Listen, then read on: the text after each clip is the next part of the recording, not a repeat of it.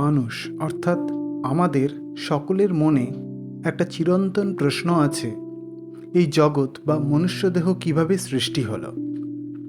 এই বিশাল পৃথিবী, অনন্ত আকাশ, তাতে গ্রহ নক্ষত্র, এগুলো সৃষ্টির উৎস কোথায়? বিজ্ঞানেরও এই একই প্রশ্ন, কিন্তু এই প্রশ্নের উত্তর আজ অবধি সঠিকভাবে সবারই অজানা। যা কিছু জানা গেছে তা অসম্পূর্ণ, তাই সৃষ্টি নিয়ে আমাদের কৌতূহল রয়েই গেছে। বিজ্ঞান যা বলছে তা যুক্তি ও প্রমাণ দ্বারা একটা তথ্য মতো করে আমাদের উপস্থাপন করছে।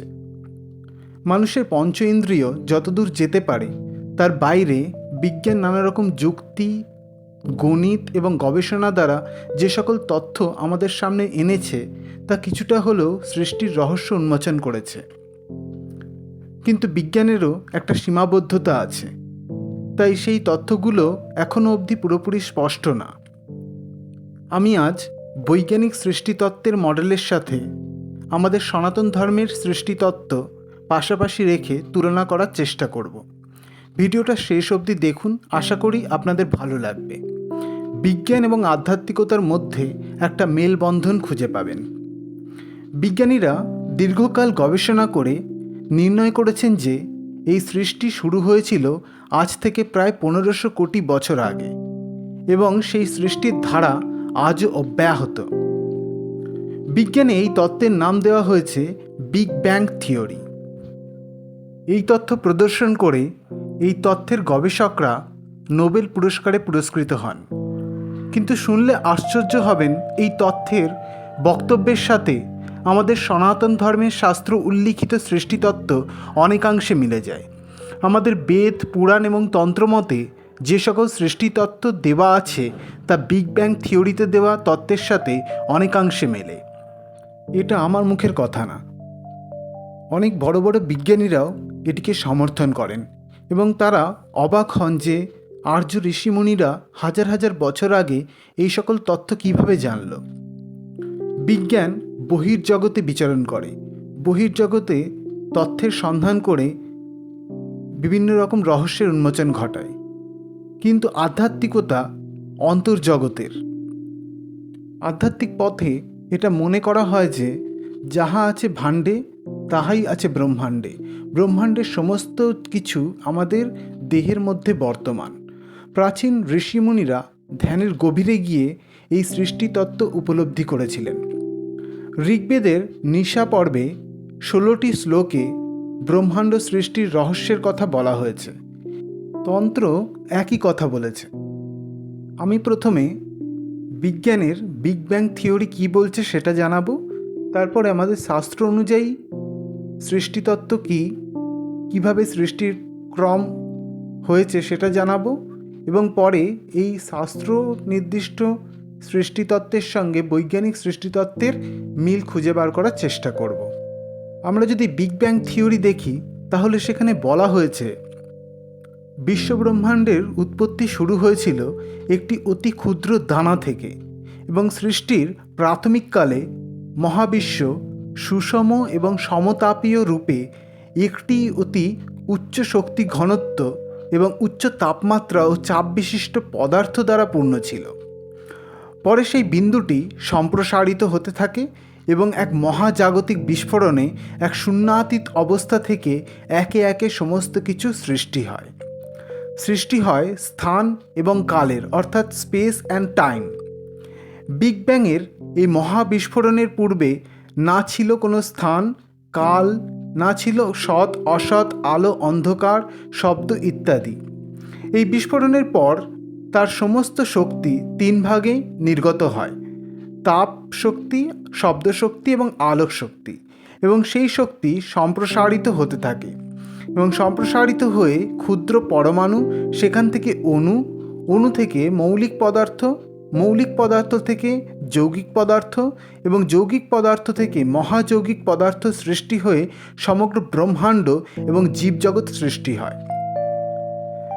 বিগ ব্যাংয়ে এটাও বলা হয় বর্তমানে এই মহাবিশ্বের অধিকাংশ স্থান জুড়ে একটি রহস্যময় শক্তি বিরাজ করছে। এই রহস্যময় শক্তি যা অদৃশ্য এবং গুপ্ত তা এই মহাবিশ্বের বিপুল ভর এবং শক্তির যোগান দিচ্ছে।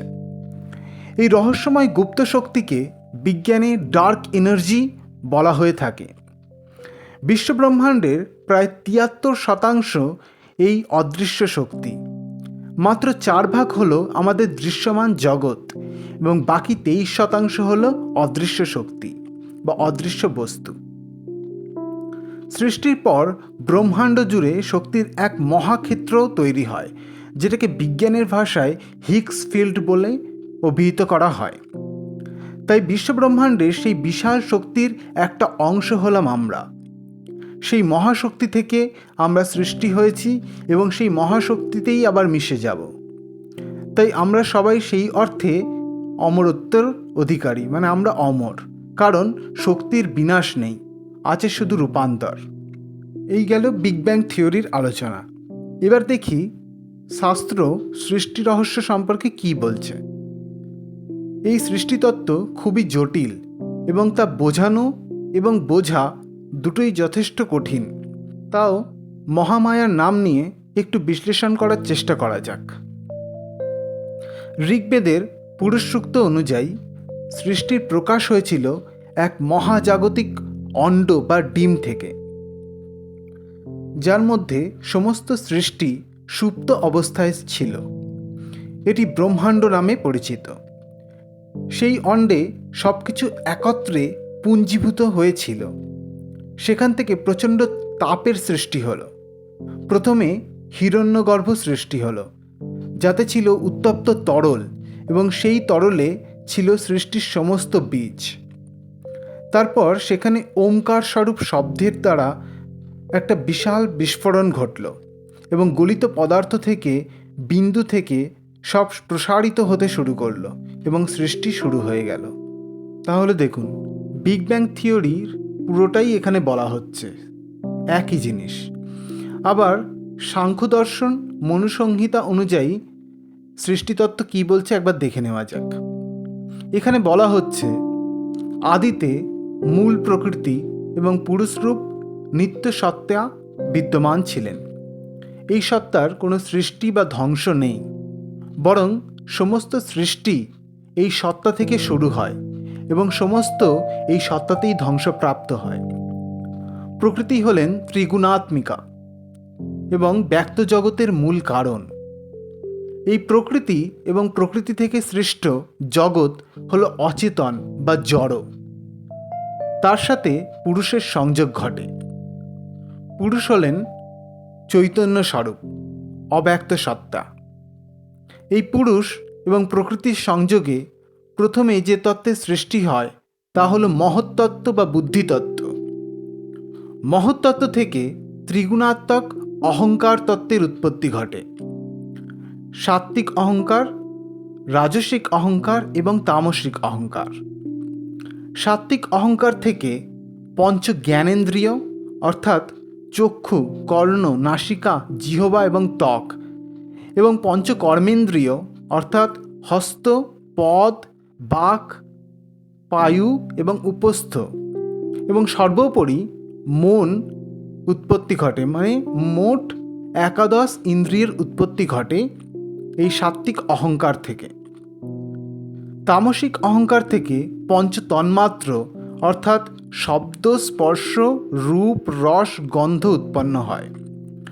পঞ্চ তন্মাত্র হতে ব্রহ্মই আবার পঞ্চ স্থূল মহাভূত অর্থাৎ আকাশ, বায়ু, অগ্নি, জল এবং পৃথিবী সৃষ্টি করেন। শব্দ হতে তৈরি হয় আকাশ। শব্দ এবং স্পর্শ তন্মাত্র হতে বায়ু উৎপত্তি ঘটে। শব্দ, স্পর্শ এবং রূপ তন্মাত্র হতে তেজের আবির্ভাব ঘটে, তেজ বা অগ্নি। শব্দ, স্পর্শ, রূপ ও রস তন্মাত্র হতে জলের সৃষ্টি হয়। পরব্রহ্মই এই জলকে ধারণ করেন। এরপর তিনি সেই জলে জগৎ বীজরূপ ইচ্ছাশক্তি স্থাপন করেন। এই বীজ ক্রমে বৃদ্ধিপ্রাপ্ত হতে থাকে এবং সুবর্ণময় এক অণ্ডে পরিণত হয়। একেই বেদে হিরণ্যগর্ভ বা ব্রহ্মাণ্ড বলে। সেই অণ্ডে পরব্রহ্মই অবস্থান করলেন এবং তিনি ব্রহ্মা নামে পরিচিত হলেন। সৃষ্টির কারণরূপ সেই জলকে নাড়া বলা হয়েছে। এই নাড়া জলসমূহে প্রথম অয়ন বা আশ্রয় ছিল বলে ব্রহ্মাকে নারায়ণও বলা হয়ে থাকে। এই অণ্ড ক্রমান্বয়ে জল, অগ্নি, বায়ু এবং আকাশ দ্বারা আবৃত হলো এবং পরে শব্দ, স্পর্শ, রূপ, রস এবং গন্ধ তন্মাত্র হতে ত্রিগুণাত্মক পৃথিবীর উপাদান উৎপন্ন করল। এরপর ব্রহ্মা সেই অণ্ডকে ভাগ করে ঊর্ধ্বভাগ সৃষ্টিশক্তিরূপ ব্রহ্মা, মধ্যভাগ স্থিতিশক্তিরূপ বিষ্ণু এবং অধোভাগ প্রলয় শক্তিরূপ শিব প্রকটিত হল। এই অণ্ডভাগের সময় এক প্রকার তরঙ্গ রাশির উদ্ভব হয় এবং ব্রহ্মবিন্দু থেকে সব কিছু গতিময় বা ব্যক্ত হয়। অব্যক্ত হতে সব কিছু ব্যক্ত হতে থাকে এবং সৃষ্টি সম্পন্ন হয়। ব্রহ্মা মহাবিশ্বকে প্রথমে 3 এবং পরে 14 লোকে ভাগ করেন। সৃষ্টি বিস্তারের জন্য প্রথমে তিনি ঋষিগণ সৃষ্টি করেন, কিন্তু এরা বংশ বিস্তারে অনাগ্রহী হয়ে তপস্যায় মগ্ন হন। এরপর ব্রহ্মা নিজ মূর্তি থেকে শতরূপা এবং স্বয়ংভুব মনু নামক নরনারী সৃষ্টি করলেন। এদের থেকে প্রিয়ব্রত এবং উত্তানপাদ নামক 2 পুত্র এবং আকুতি, দেবাহুতি এবং প্রসূতি নামে 3 কন্যার জন্ম হয় এবং পৃথিবীতে মানুষের বংশবিস্তার শুরু হয়। এইভাবে সৃষ্টি আজও অব্যাহত। এই গেল সাংখ্য দর্শনের কথা। এবার আসা যাক তন্ত্রে। আমাদের অত্যন্ত গুরুত্বপূর্ণ হিন্দু শাস্ত্র হলো তন্ত্র।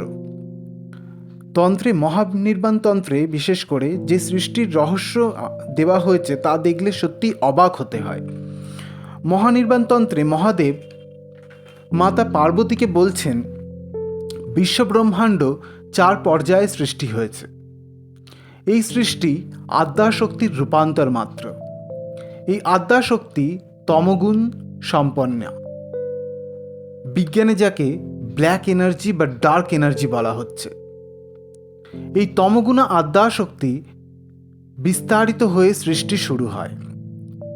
শিব এবং শক্তির মিলনে মহত্তত্ত্ব, তার থেকে অহংকার তত্ত্ব এবং অহংকার থেকে একাদশ ইন্দ্রিয় এবং পঞ্চতন্মাত্র সৃষ্টি ঘটে।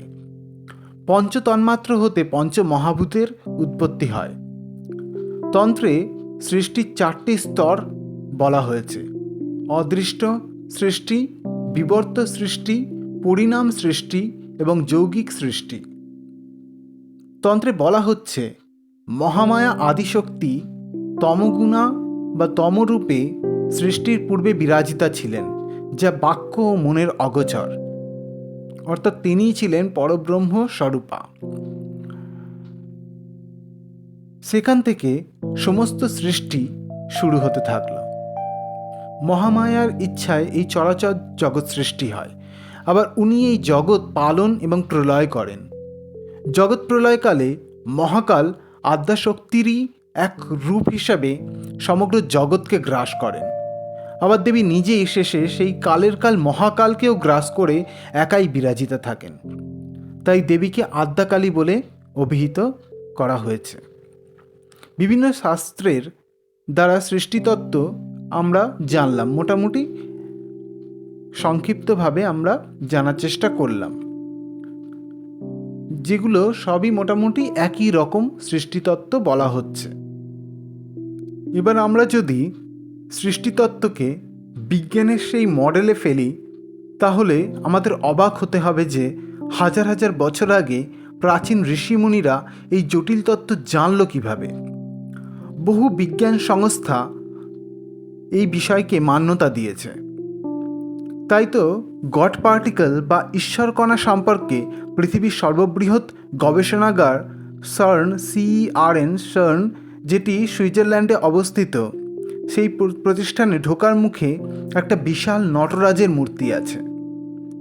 অর্থাৎ শাস্ত্র অনুযায়ী নটরাজ শিবের তাণ্ডব নৃত্য ব্রহ্মাণ্ড সৃষ্টির কারণ, এবং সেই কম্পন ঈশ্বরকণার কম্পনের সাথে হুবহু এক হয়ে গেছে। বিজ্ঞানীরা এটা স্বীকৃতি দিয়েছে, তাই তো এমন হিন্দু মূর্তি সেখানে প্রতিষ্ঠিত।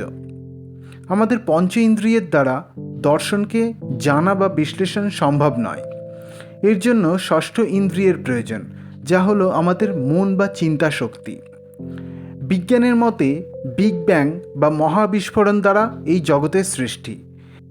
শাস্ত্র মতে বিগ ব্যাংয়ের আগে যখন কোনো কিছুর অস্তিত্ব ছিল না, তখন এক অব্যক্ত তুরীয় অবাঙ্মনস্গোচর ব্রহ্ম অবস্থান করছিলেন। এই সত্তা সর্বব্যাপী বিরাজমান ছিলেন। এই তুরীয় অবস্থাকেই বেদান্তে ত্রিগুণাতীত নিরাকার নির্গুণ ব্রহ্ম বলে অভিহিত করা হয়েছে। ত্রিক দর্শন মতে এই অবস্থানকে পরমশিব অবস্থা বলা হয় এবং শাক্ত মতে এই অবস্থাকে বলা হয় পরাশক্তি। কিন্তু যে নামেই ডাকা হোক না কেন, এটি হলো ব্রহ্মের তুরীয় অবস্থা, যিনি না পুরুষ, না স্ত্রী, না নপুংসক। এই ব্রহ্ম বা ব্রহ্মশক্তি যখন ইচ্ছা করলেন আমি এক, আমি বহু হব, তখনই ব্রহ্ম তার ইচ্ছাশক্তি দ্বারা এক মহাবিস্ফোরণ ঘটালেন। একেই বিজ্ঞানে বিগ ব্যাং বলা হচ্ছে। সঙ্গে সঙ্গে সেই শূন্যাতীত অবস্থা থেকে স্থান ও কালের জন্ম হয়। বিগ ব্যাংও তাই বলছে যে বিগ ব্যাংয়ের আগে স্থান ও কাল ছিল না, এবং এই স্থান ও কাল ক্রমশ আলোর গতিতেও বেশি গতিতে বাড়তে শুরু করে। বিজ্ঞানের ভাষায় এই শক্তিকে ডার্ক এনার্জি বলে, যা সর্বত্র সমানভাবে বিরাজিত। এইভাবে সেই মহাশক্তি বা আদিশক্তি সর্বত্র বিস্তারিত হতে থাকলেন স্থান ও কালের সাথে সাথে। সর্বত্র একটি শক্তিক্ষেত্র রচিত হলো, যাকে হিগস ফিল্ড বলা হচ্ছে। এটাই হলো বেদান্তে বর্ণিত ব্রহ্ম মায়া, যিনি সব কিছুকে আবৃত করেন। এই মায়া হলো ব্রহ্মশক্তি বা আদিশক্তি। এই মায়া দ্বারাই সব কিছু জগৎ সংসার এবার রচিত হবে। ভর বা মাস এবার সৃষ্টি হবে এই মায়া দ্বারা, কারণ মায়াই হলো ভর বা জাড্য বা স্থূল জগৎ রচনা করেন। মায়াই হলো ভরের কারণ এবং ভর দ্বারা জগৎ সৃষ্ট। আবার এই ভরের কারণ হলো কণা। মায়ার গুণ হলো ভর। এই মায়া দ্বারাই ত্রিগুণাতীত ব্রহ্ম বা পরমেশ্বর সাকার হতে পারেন। পদার্থ বিজ্ঞানীদের মতে এই হিগস ফিল্ডের একটা কণা বা পার্টিকেল ফর্ম আছে, অর্থাৎ এই হিগস ফিল্ড কিছু পার্টিকেল দিয়ে তৈরি। বিজ্ঞানীরা সেই কণার নাম দিয়েছে হিগস বোসন, বোসন পার্টিকেল যাকে বলা হয়। এটাই সংসারে সর্বপ্রথম সৃষ্ট ভরযুক্ত কণা, যা মহাবিশ্বে সমস্ত সৃষ্টির জন্য যা ভর প্রয়োজন সেই ভর যোগান দিচ্ছে। তাই এই কণাকেই বিজ্ঞানীরা ঈশ্বর কণা বা গডস পার্টিকেল নাম দিয়েছেন। এটাই শক্তিকে ভরে রূপান্তরিত করে। পার্টিকেল ফিজিক্স একেই হিগস মেকানিজম বলা হয়। এই হিগস মেকানিজমের অর্থাৎ শক্তি থেকে ভরের উৎপত্তিই হল নটরাজের তাণ্ডব নৃত্য বা মহাদেবের ডমরুনাদ, এবং এর সাথেই মা মহাশক্তির সৃষ্টিলীলা। শিবশক্তির নৃত্যই হল সৃষ্টি এবং প্রলয়। শিবশক্তির নৃত্যের এই ছন্দেই মহাবিশ্বের এক একটি বস্তুর সৃষ্টি হচ্ছে। এই সৃষ্টির কম্পনেই শব্দব্রহ্ম বা প্রথম শব্দ ওঙ্কারের সৃষ্টি হয়। তাই শিব ওঙ্কারেশ্বর নামে পরিচিত। তারপর সেখান থেকে প্রকৃতির তিন গুণযুক্ত এক একটি বস্তুর উৎপত্তি ঘটে। এইভাবে ব্রহ্মাণ্ডে নানা ধাপে ধাপে সৃষ্টি শুরু হয়ে যায়। শক্তির বা কণার বিভিন্ন কম্পনে বিভিন্ন স্তরের জগৎ সৃষ্টি হয়। এক একটি জগৎ এক একভাবে বিন্যস্ত। একটি জগতের সাথে স্থূল স্তরে অন্য জগতের কোনো সম্পর্ক নেই। একটি জগতের প্রাণী অন্য জগতে প্রবেশ করতে পারে না, কারণ একটি জগতের কোনো প্রাণীর যে প্রাণ স্পন্দন বা কম্পন তা অন্য জগতের থেকে আলাদা।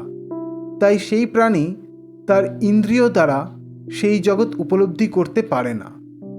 একমাত্র ধ্যান দ্বারা বা যোগ দ্বারা নিজের প্রাণকম্পনকে সেই জগতের অনুরূপ করতে পারলেই তবেই মানুষ অন্য জগতে প্রবেশ করতে পারবেন। বিশ্বব্রহ্মাণ্ড এরকম বহু জগৎ বা স্তরে বিন্যস্ত, যা মায়া দ্বারা বিভেদিত। বিজ্ঞানে এটিকে ডাইমেনশন বলা হয়। বসনিক স্ট্রিং থিওরি অনুযায়ী বিশ্বব্রহ্মাণ্ড 26টা ডাইমেনশনে বিন্যস্ত, যা সর্বোপরি উচ্চতম ডাইমেনশন হল পরমধাম বা সহস্রার, যেখানে পরম পুরুষ ওনার শক্তিসহ অবস্থিত। শাস্ত্রে এই স্তরকেই ব্রহ্মলোক বলা হয়েছে। মায়া দ্বারা যখন কণা সৃষ্টি শুরু হলো তখন তা ছিল আকৃতিবিহীন। এরপর মায়ার প্রভাবে সেগুলি ধীরে ধীরে আকৃতি নিল এবং রূপ ধারণ করল। এটিকেই বিজ্ঞানে ডার্ক ম্যাটার বলা হয়েছে, যেটিও অদৃশ্য। এই ডার্ক ম্যাটার বস্তুকণাকে একত্রিত করে একটা নির্দিষ্ট আকার দেয় এবং স্থায়িত্ব দেয়। এইভাবেই নির্গুণ, নিষ্কল, নিরাকার, অব্যক্ত ব্রহ্ম নিজের শক্তি দ্বারা মায়া বা গুণকে আশ্রয় করে বিভিন্ন কল্পে বিভিন্ন সাকার রূপে প্রকট হন, অর্থাৎ নিরাকার ঈশ্বর সাকার রূপ ধারণ করেন এবং শুরু হয় সগুণ ব্রহ্মের উপাসনা। এবার আসা যাক আইনস্টাইনের থিওরি অফ রিলেটিভিটিতে। সেখানে বলা হচ্ছে সময় হলো আপেক্ষিক। মহাবিশ্বের সর্বত্র সময় এক গতিতে চলে না। আমাদের শাস্ত্র তাই বলছে। ব্রহ্মার একদিন মানে হচ্ছে এক কল্প, যা ভূলোকের 400 কোটি মানব বছর বা সৌরবর্ষের সমান। আবার ব্রহ্মার একদিন মানে মহাবিষ্ণুর 14 বার নিঃশ্বাস ফেলার সমান সময়। অর্থাৎ মোট কথা ব্রহ্মলোকের সময়, বিষ্ণুলোকের সময়, কৈলাসের সময় এবং স্বর্গের সময় এবং সর্বোপরি পৃথিবীর সময় একই গতিতে চলে না। আর পরমধাম তো সময়ের ঊর্ধ্বে। ব্রহ্মার আয়ু মানে 100 ব্রহ্মলোকের বছর বা 36,500 কল্প, মানে হলো 311 ট্রিলিয়ন সৌর বছর। এটাই হলো ইউনিভার্স বা ব্রহ্মাণ্ডের আয়ু। তার মানে যিনি সৃষ্টিকর্তা পরমেশ্বর বা মহাশক্তি, উনি কোটি কোটি ব্রহ্মাণ্ড নিমেষে সৃষ্টি ও ধ্বংস সর্বক্ষণ করে চলেছেন। বিজ্ঞানে এটাকেই মাল্টি বাবল থিওরি বলা হয়। আইনস্টাইনের ভাষায় সময়ের প্রবাহ হলো একটা ভ্রম। আমরা বাস্তবে যে সকল জিনিস দেখি তার চেয়েও নির্মম কোনো সত্য আছে, কিন্তু তা মায়া দ্বারা আবৃত বা ঢাকা। এই সময় যেখানে এসে থেমে যায় তা হলো কালগর্ভের মুখ। বিজ্ঞান একে ব্রহ্মাণ্ডের ব্ল্যাক হোল বলে অভিহিত করে, যেখানে সময় ধ্বংসপ্রাপ্ত হয়। আর শাস্ত্রে একেই বলা হয় মহাকাল, যিনি সময়কেও গ্রাস করে ফেলেন। থার্মোডায়নামিক্স বা তাপগতিবিদ্যা অনুযায়ী এই ব্রহ্মাণ্ড প্রতি মুহূর্তে প্রসারিত হচ্ছে এবং ব্রহ্মাণ্ডের এন্ট্রপি বা কণাগুলোর উন্মত্ততা বা র্যান্ডমনেস ক্রমশ বাড়ছে। এর কারণ হলো সেই আদিশক্তি বা ডার্ক এনার্জি। এর অর্থ শিব ও শক্তি নৃত্য করে চলেছেন এবং সৃষ্টি হয়ে চলেছে। এই নাচ যখন বন্ধ হয়ে যাবে তখন ব্রহ্মাণ্ডের এন্ট্রপি সর্বোচ্চ মানে পৌঁছাবে এবং মহামায়া আদিশক্তি ব্রহ্মাণ্ডকে গুটিয়ে নেবেন পুনরায় সেই বিন্দু বা দানাতে। এটাই হলো জগতের প্রলয়। এইভাবে বিজ্ঞান ও দর্শন এবং সর্বোপরি শাস্ত্র যেন ধীরে ধীরে এক হয়ে যাচ্ছে এই সৃষ্টিতত্ত্বে। আমি নিজের মতো করে মোটামুটিভাবে বোঝানোর চেষ্টা করলাম। আশা করি আপনাদের ভালো লেগেছে। জয় মা, জয় ভবানী।